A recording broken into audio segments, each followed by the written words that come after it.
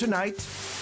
Debates may or may not have any long-term influence on the direction of a campaign. Now that Kamala Harris and Donald Trump have had it out on the stage, how do they carry their messages to the American people?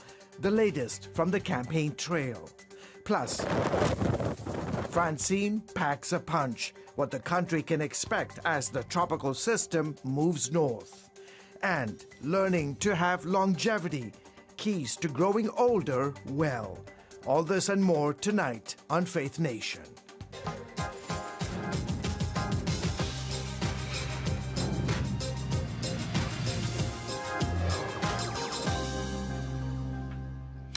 Kamala Harris and Donald Trump are back on the campaign trail tonight, locked in a fierce battle for America's swing states. Good evening, everyone, and welcome to Faith Nation.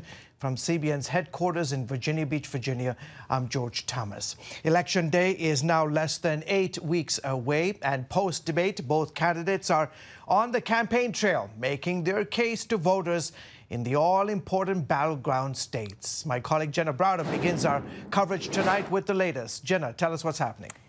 George, the sprint to Election Day is running through the key swing states. Today, Donald Trump visited Arizona, rallying supporters in Tucson. His campaign event was geared toward Latino voters and focused heavily on inflation and the economy.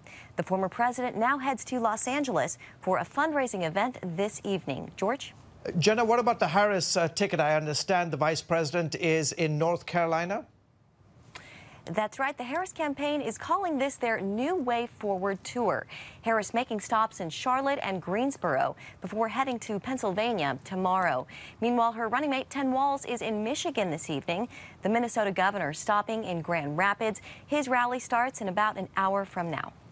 Where does the race stand this evening? Have we seen any post-debate polling? Well, George, the dust is still settling a bit, but a new poll from Reuters Ipsos shows Harris up over Trump post-debate. Harris leading Trump 47 to 42%. Another poll done pre-debate is also worth pointing out tonight. It was done by the New York Times and Siena College and included a question about change. More than half of voters say the next president should represent a substantial change from President Biden. And just 25% see Harris as a change candidate. That, of course, could be an issue as she embarks on her New Way Forward tour.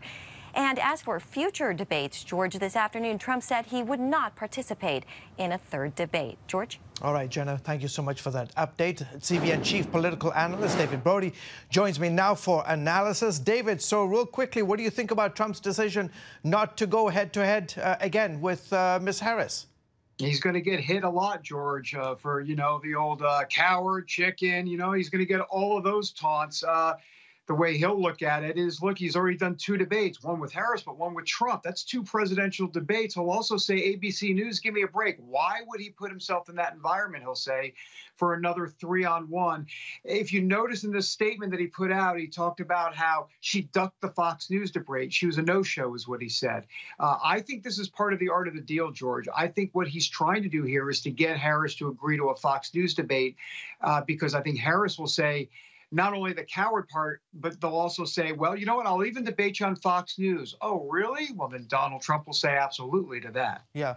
David, a new poll out this week showed a vast majority, 90% of likely voters said they pretty much know all they need to know about Donald Trump. He is a known commodity. Can they say the same about Vice President Kamala Harris after Tuesday night's debate? No, they can't still. I mean, there's a good, what you say 90%. There's even polls that show about, if you look at it conversely, 15 to maybe even 18% of folks out there don't have a firm opinion on her either way. She did very well in that first debate. Okay, there were a lot of lies according to the Trump campaign, and there were a lot of questions that she didn't answer, which are true. But she was able to kind of look presidential, if you will, and she didn't make any word salad mistakes, any viral clips, so that's good. The question then, George, going forward is, will she give some meat on the bone, some policy, economic-wise and immigration-wise? That has yet to be done by her campaign and herself. Yeah, and to that point, a New York Times story, I know you saw this from yesterday, is getting a lot of attention. The article entitled "Pundits Said Harris Won the Debate Undecided voters weren't so sure. The newspaper going on to make the argument that voters want to hear more substance from the vice president. Polling, as you know, David, continues to show voters really don't know what her policy proposals are. Do you think she can overcome this hurdle with just weeks left before Election Day? I think this is her biggest hurdle, and I think it's going to be very hard, George. I think to a degree the cake may be baked. The economy and immigration, number 1, 2, and she's given no concrete, substantial, detailed policy proposals on either one. She's been underwater. Biden was too, obviously, but Kamala Harris has been underwater on the economy and immigration, and I think that cake has been basically baked, and I think that gives Donald Trump the edge going into November 5th. Yeah, a new Pew Research survey has former President doing surprisingly well among white evangelical Protestant voters. What do the numbers show? 82%, George, for white evangelical Protestant voters. That's Donald Trump's support. If he gets to 80%, he'll win the election. That's what happened in 2016. He got 80% support and he won. He's at 82%. And sources telling me tonight within the evangelical get out the vote world, if you want to call them sources like that, they say that that number, 82%, actually probably will go higher come Election Day because all the get out the vote effort and the research getting into the hands of evangelical voters, once they get even more a better sense of what Kamala Harris is about and what Donald Trump's about, that 82% could be 83, 84%. Yeah, and it's also very surprising that his on and off, position on abortion doesn't seem to be hurting him at all in this Pew Research poll. David, we'll have to leave it there, sir. Thank you so much, as always, for your analysis. On to some other stories. Parts of the South are facing the effects of Francine. That includes Louisiana, Mississippi, and Alabama. The storm made landfall as a Category 2 hurricane in Louisiana before becoming a tropical storm this morning. Strong winds and heavy rain leaving behind downed trees, power lines, and significant flooding. Washington correspondent Caitlin Burke brings us the latest. Francine is now moving northeast towards Tennessee, bringing huge amounts of rain and the threat of severe weather.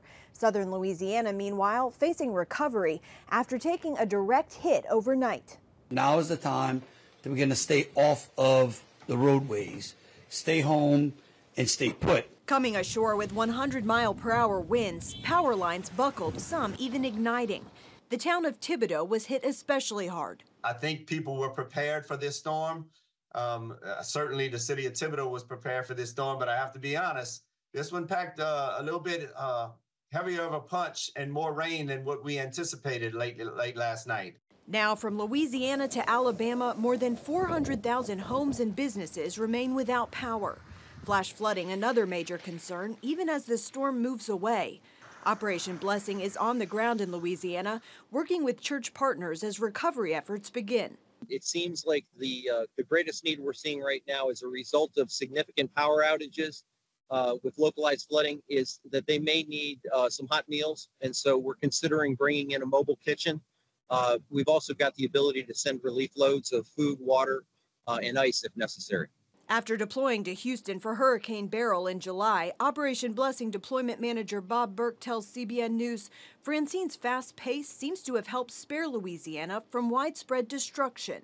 Unlike that storm, which came in and kind of camped out for about 8 or 9 hours and really kind of chewed up the area south of Houston, this storm was a fast mover. So it came through and it packed a punch. It had higher velocity winds than the Brazoria-Houston hurricane did, but it moved through quickly, and I think that'll be significant.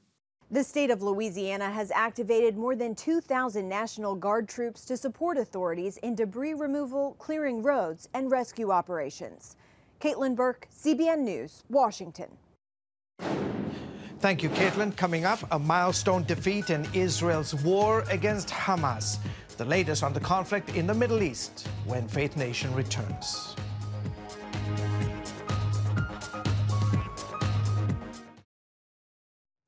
Welcome back to Faith Nation. A breakthrough in the war against Hamas. Tonight, Israel's defense forces saying it has defeated the terror group in Rafah. The southern Gaza city became a major flashpoint back in May when Israel's invasion forced the evacuation of more than 1 million Palestinians. Israel's military says it has killed 2,000 terror operatives and destroyed 8 miles of tunnels. Earlier this week, the IDF released footage showing where 6 hostages were held underground in Rafah before they were executed. Meanwhile, the U.S. is urging Israel to do more to protect civilians after a strike on a United Nations school reportedly killed 14 people. Israel says the compound, which sheltered displaced Gazans, was a safe haven for Hamas. In other news, Secretary of State Antony Blinken is wrapping up a 3-day blitz through Europe to rally support for Ukraine. His visit comes as Moscow launches a new counteroffensive weeks after Ukraine's surprise incursion on Russian soil. Blinken traveled to Poland Thursday after spending time in London and Kyiv. He suggested Ukraine's allies may send more weapons to the battlefield soon. As we go forward, we will do exactly what we have already done, which is we will adjust, we'll adapt as necessary, including with regard to the means that are at Ukraine's disposal to effectively defend against the Russian aggression. For months, Ukraine has asked to use Western long-range missiles to strike deep inside Russia, but is still waiting for the green light. In the meantime, the U.S. and Britain have pledged an additional $1.5 billion in aid to the war-torn nation. Dr. Cliff May is the founder and president of the Foundation for Defense of Democracies. He joins us now. Cliff, as always, great to have you back on the show.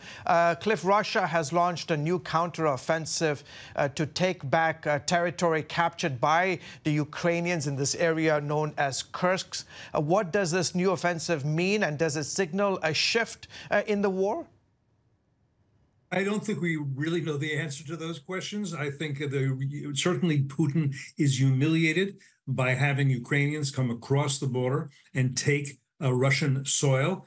I think that's important for the morale of the Ukrainians. It's also possible that if at some point there's a negotiation, the Ukrainians can say, we give back your soil, you give back ours. That's where we start these negotiations.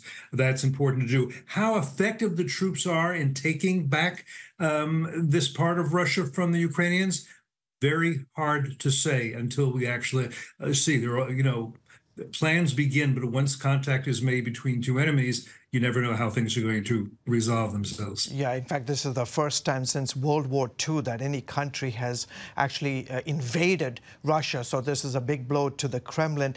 So far, President Biden has refused to allow Ukraine to use long-range Western missiles on Russian military targets.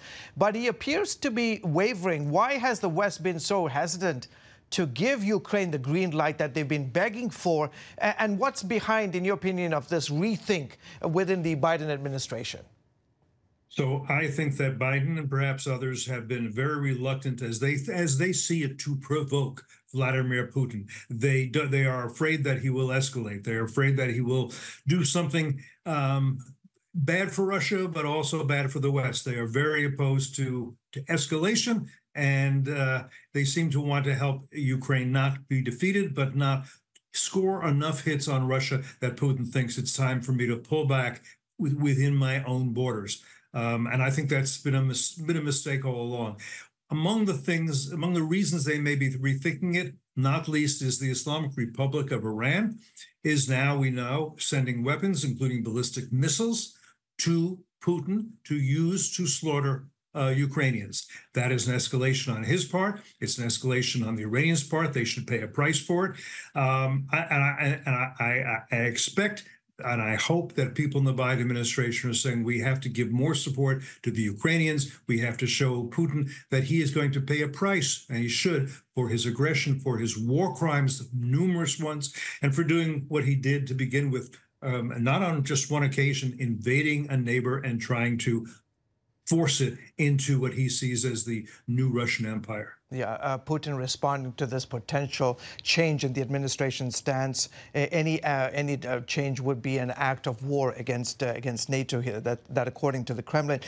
Cliff, turning to the war in Gaza, Israel says it has defeated Hamas in Rafah, but as we've seen before, Israel's attempt to wipe out the terror group in areas around the Gaza Strip have only seen the return of the terror group weeks later. Your thoughts on this development? Well, I think this is a landmark in a war that has been long and will continue to be long. I do think that that Hamas is not entirely incapacitated.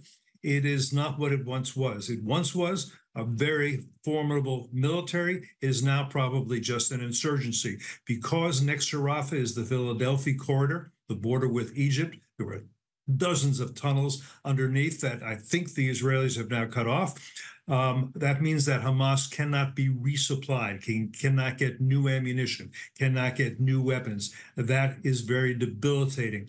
And yes, anybody with Hamas who can get a gun, and there's guns in every home, every mosque, every school, every UNRWA facility, they can do that. But I think it's getting increasingly difficult for them to do anything but take the occasional pot shot. I think they are being slowly incapacitated from a military point of view. And there's more work to do in Gaza, though I think the Israelis really have to worry much more about Hezbollah and the north. As you know, tens of thousands of Israelis have been displaced from their northern communities. And behind all of this is the Islamic Republic of Iran. They are using their proxies, their allies, their foreign legions, Hezbollah, Hamas, the Houthis, Shia militias, all to wage a ring of fire, multi-front war on Israel. And this war is a long way from over. Yeah, Cliff, we'll have to leave it there. As always, sir, thank you so much for coming on the broadcast. Appreciate your insights. Up next, from experts, and a woman 102 years old and, by the way, going very strong. We learn the secrets to a long and healthy life right after this.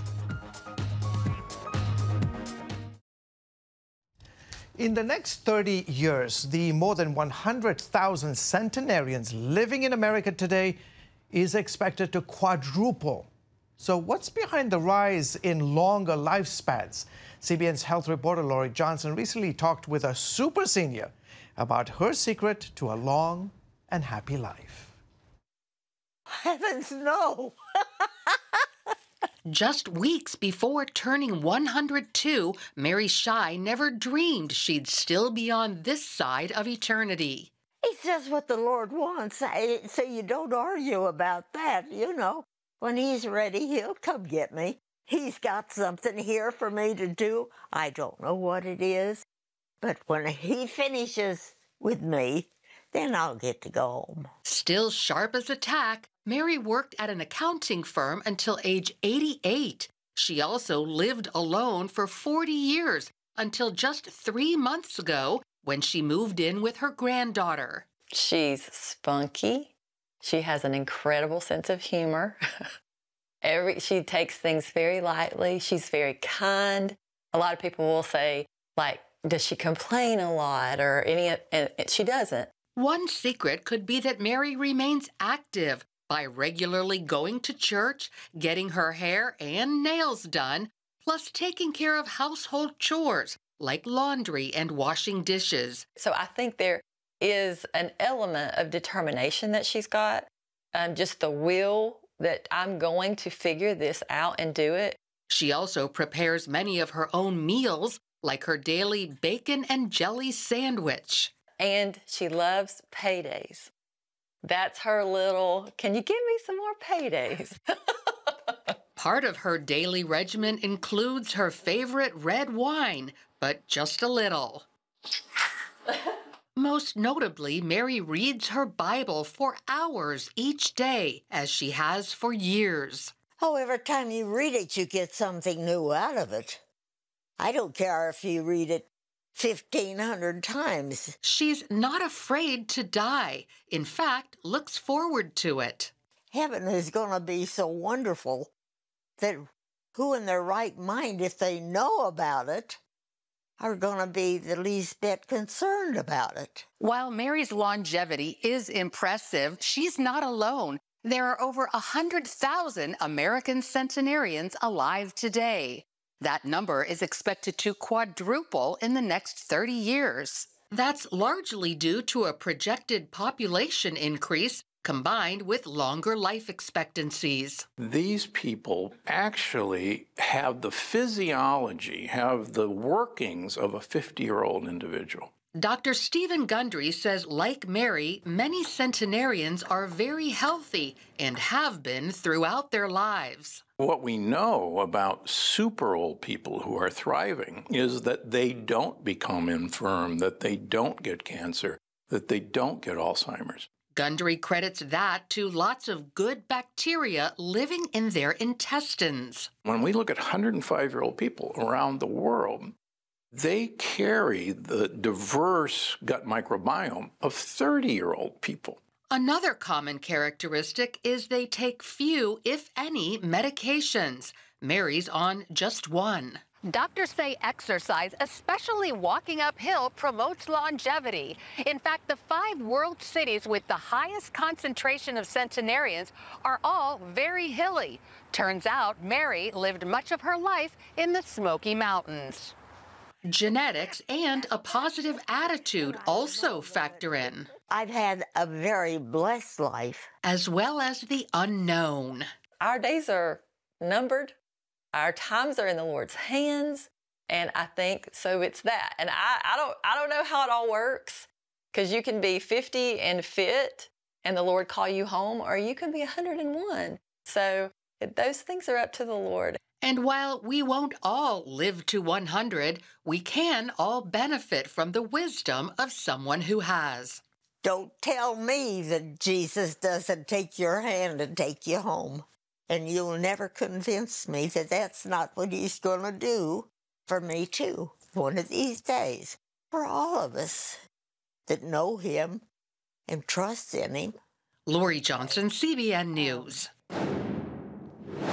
Coming up, the rebirth of Notre Dame Cathedral, next on Faith Nation.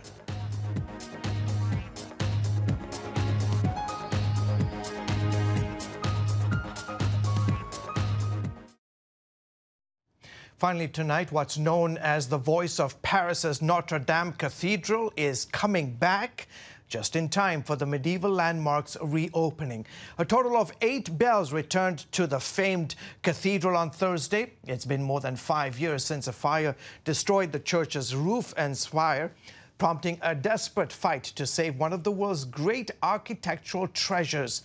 The bells will be blessed in a special ceremony before being restored to the monument's twin towers. The official reopening ceremony is set for December 7th.